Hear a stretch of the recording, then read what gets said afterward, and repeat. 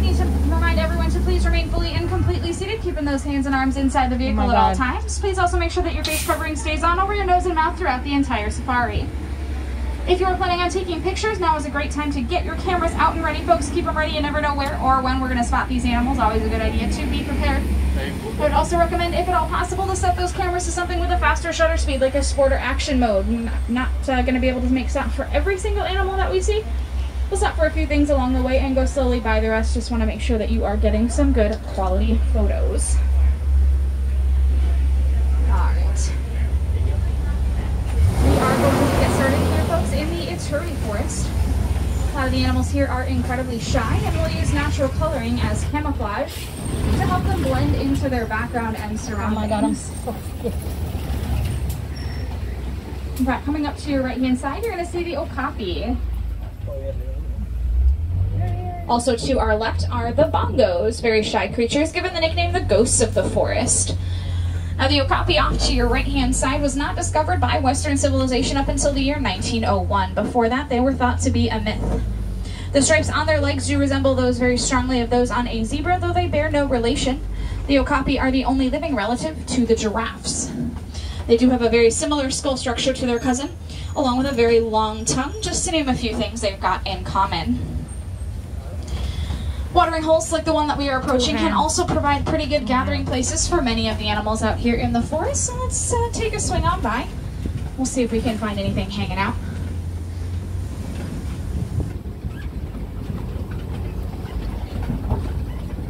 Let's see here. Oh, it does look like there's something hanging around. Laying down just by the canyon wall here on the left, that is the black rhino, folks. Black rhinos are pretty rare. Unfortunately, due to illegal poaching, there are fewer than 5,000 of them remaining in the entire world.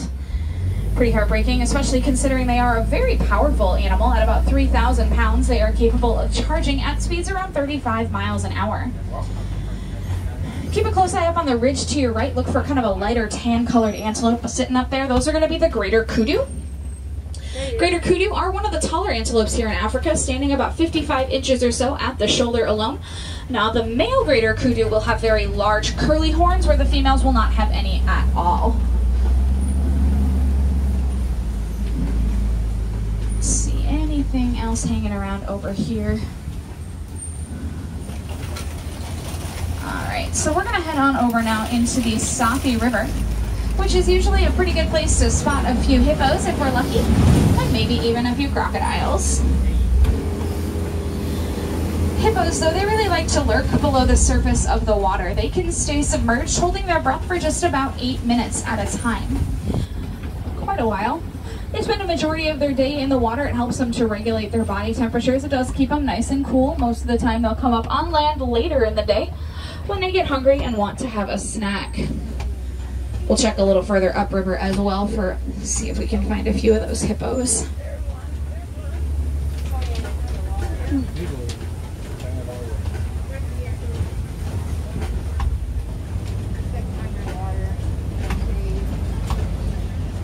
Here we go.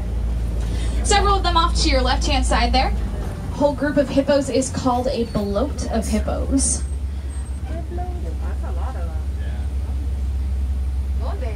On the island itself as well are the pink-backed pelicans, those big white birds. Pink-backed pelicans get their name because during mating season, their backs will turn a nice light shade of pink.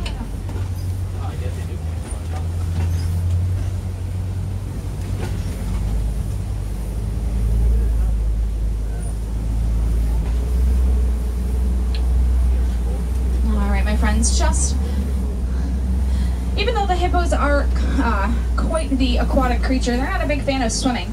They much prefer, whenever possible, to sink down to the bottom of the river, where they will walk or run along the riverbed to get from place to place. And just around the riverbed here, we're going to be headed across this pit of the Nile crocodiles. These Nile crocodiles can reach almost 16 feet in length, weighing 500 pounds. Capable of running at about 10 miles an hour on land, and to top it all off, those jaws do have a pretty impressive bite force of just about 2,000 pounds of pressure per square inch. That, my friends, is powerful enough to crush the bones of their prey.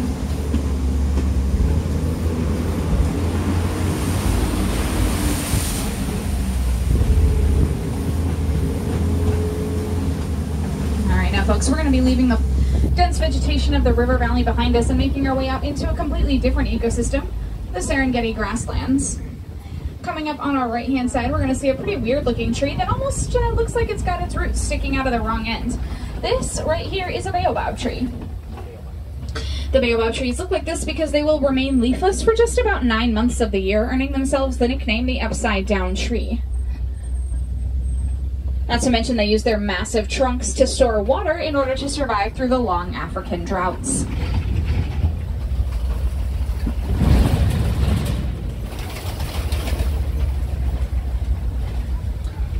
All right, folks, welcome to the savannah. The savannah will stretch for hundreds of miles across East Africa, seeing millions of different animals migrate through every single year, almost acting like a superhighway of sorts for many of them. The savannah is also home to a lot of those very popular African animals like the lions, the giraffes, the elephants, and many, many others.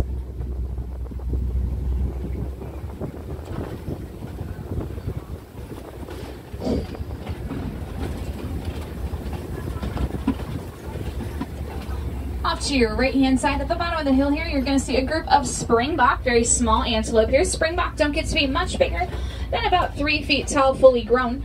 Their name coming from their incredible ability to leap upwards of about 6 feet high and about 13 feet as they move forward to get away from their predators. Though they may be small, they are also quite quick. They can actually top out at speeds around 55 miles an hour, making them one of the top 10 fastest moving land mammals. A couple of giraffes I'm hoping we'll get a chance to get a little bit closer to in a bit. Also here on the right is the Hartmann's mountain zebra, one of 3 different zebra species in the world.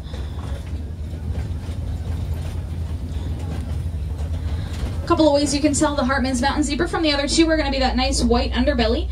Their stripes are also quite a bit thicker on their backside than they are towards their head and neck. And they are the only zebra species to have what's called a dewlap, which is an extra flap of skin under their neck that helps to regulate body temperature. You'll see dewlaps on other antelope species, but not on the other zebra species. Over here on the left, these are the African painted dogs. Painted dogs get their name because of the beautiful patchwork markings on their coats. And they may look cute and cuddly, but they are nothing like your domesticated pets back home. In fact, they are one of the most successful hunters here in Africa, more so even than any of the big cats. When they hunt, they work together as a pack and will chase their prey until they wear out and drop from exhaustion. A few more of these Hartmann's mountain zebras off to our left, and then further back by some of the trees, you'll see the sable antelopes as well. Sables are the emblem for the Harambe Wildlife Reserve. Rather than fleeing at the first sign of trouble, the sable antelope tend to stand their ground against most any predator to fight to protect their own, which is actually a pretty unique temperament for an antelope like that to have. They'll use their beautiful curved horns not only to defend themselves against predators, but also to spar for dominance within their own herds and in displays of courtship. We are going to be coming up on one of those Maasai giraffes here in just a moment. One of the distinguishing features of the Maasai giraffe is going to be their very rough, jagged edges they have around their spots. They're almost kind of like puzzle pieces that don't quite fit well together.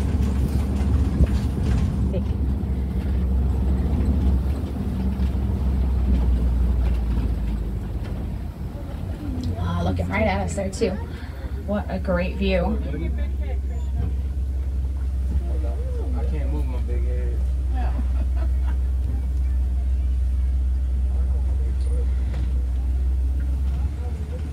Now, giraffes are never really all that small. In fact, when they're born, they are already standing just about 6 foot tall. From there, they can nearly triple in size, reaching heights of 18 to 20 feet fully grown, making them the tallest animals in the world with a very appropriate group name of a tower of giraffes.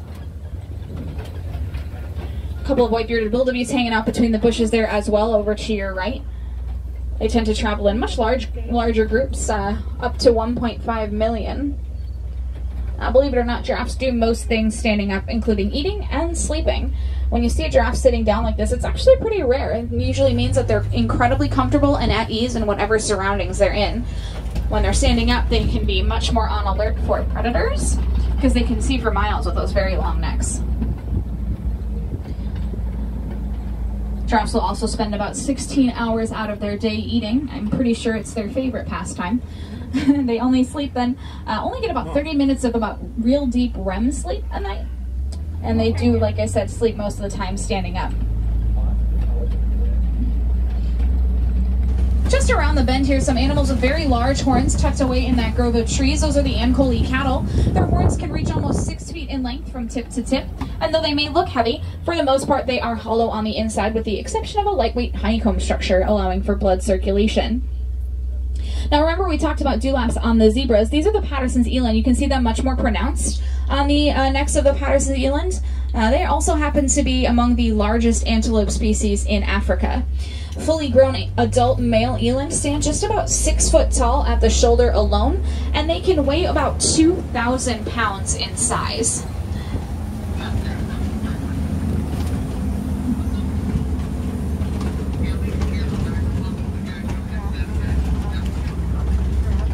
Alright, now I do see some broken down trees coming up, which is usually a pretty good indicator that we are getting closer to elephant country.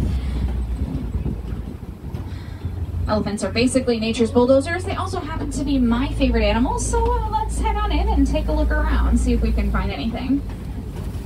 If you keep a close eye kind of off to the right here between the opening in the trees, just behind that dirt pile, you'll see one of those African elephants all the way back there.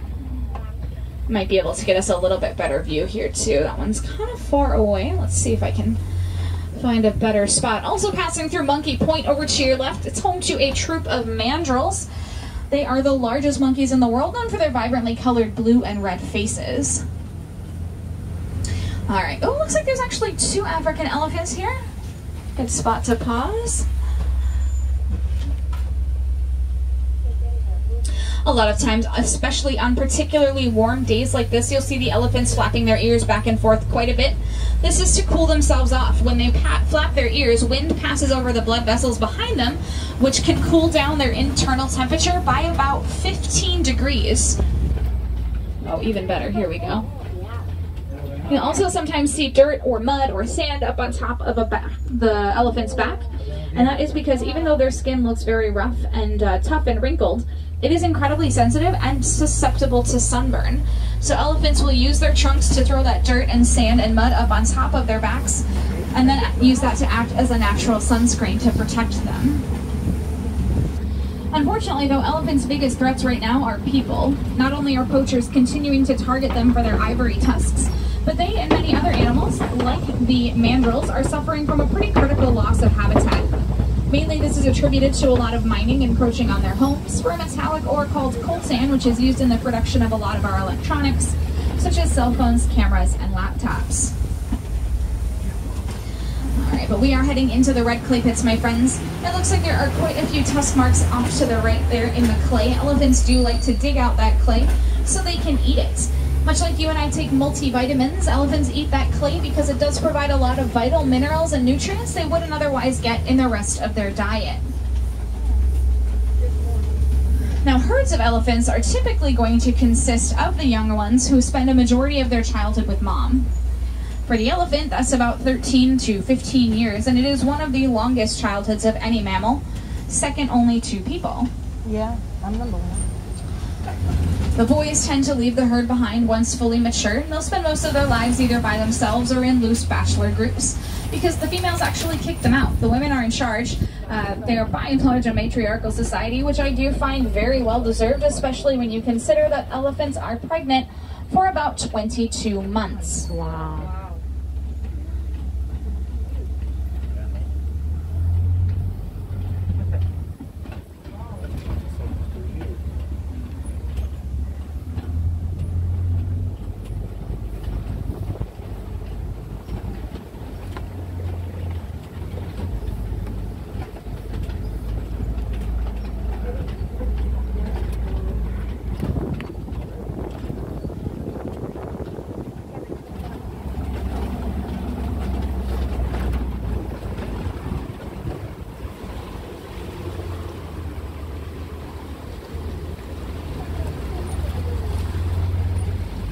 Up to our left is going to be an island full of the greater flamingos. Now, the greater flamingos are the largest and the least pink of the flamingo species. They get their pink coloring from their diet, which consists mainly of brine shrimp and other aquatic creatures that are rich in beta-carotene. If you look closely, you may notice some gray flamingos there on the island. That is because they are the flamingo chicks. As you can see, flamingos will hatch gray initially, not pink. It does take a good year or two of being on that diet with beta-carotene in it for them to fully reach their pink color.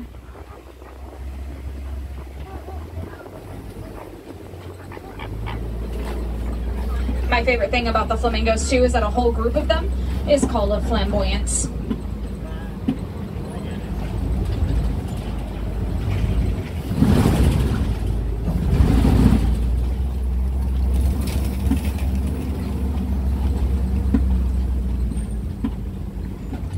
All right, keep an eye out.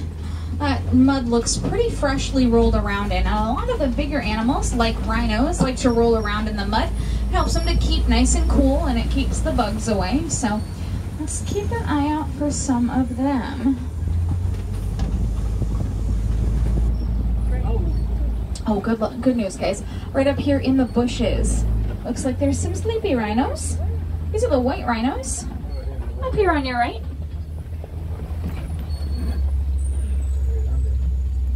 Quite a bit larger than the black rhino. They tip the scale more towards about 4,000 to 5,000 pounds. Still, though, very capable of charging at speeds right around 35 miles an hour or so. Unfortunately, though, they do have some very poor eyesight and can really only see about 10 feet in front of them. I think I just got us another view of this one around the corner here. Poachers find rhino horns very valuable on the black market, said to have a magical or medicinal healing quality to it, which I can tell you right now is not true. Rhino horns are made of keratin, which is the same thing that makes up our own hair and fingernails. So if there was something special about it, I'm pretty sure all of us nail biters would have probably developed superpowers by now. But has not happened for me yet, so don't think that's possible.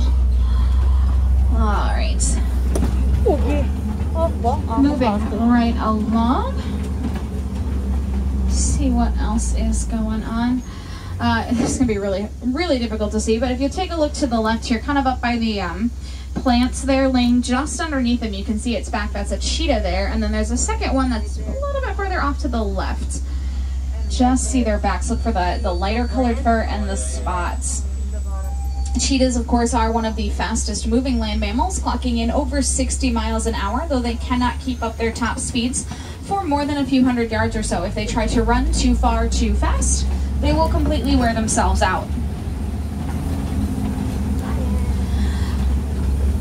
Okapi rock formations like the one we're approaching here can also provide excellent vantage points for a lot of predators, including lions. However, lions are pretty inactive most of their day. They're gonna lay around quite a bit, resting, sleeping, and really just, not doing much of anything at all for about 18 to 20 hours a day. I'll be honest, kind of want to be a lion. Sounds like a pretty good time. Mostly, though, they are going to be more active in the evening hours, which is when they will do most of their hunting.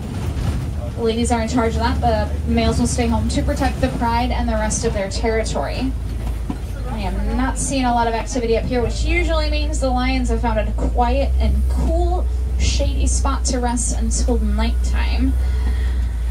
For any of my wilderness explorers on board, though, the name of the truck is Simba 1, S-I-M-B-A 1. Simba is the Swahili word for lion. Lots of burrows off to our left, which is also pretty good signs of the warthogs. If you look just behind that tree on your left, you'll see one of them laying down in the dirt. Warthogs are the largest burrowing land mammals. They use their snouts, their hooves, and their two sets of razor-sharp tusks to dig their very large burrows. Usually at night when they go to sleep, they'll back themselves into them then with their tusks facing outward to protect themselves against any potential predators.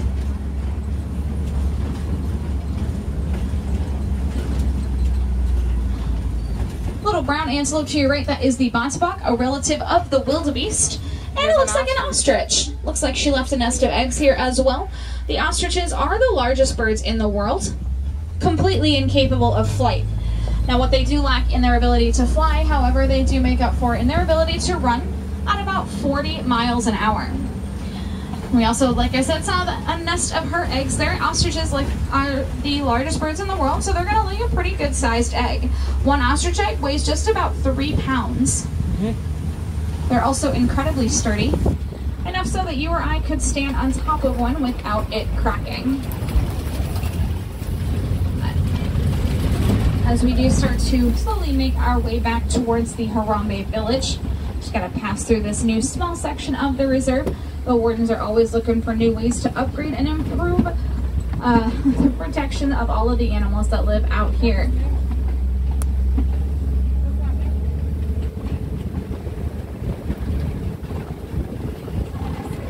As you can imagine, we do the best that we can to take care of all of the beautiful animals that we've seen out here today.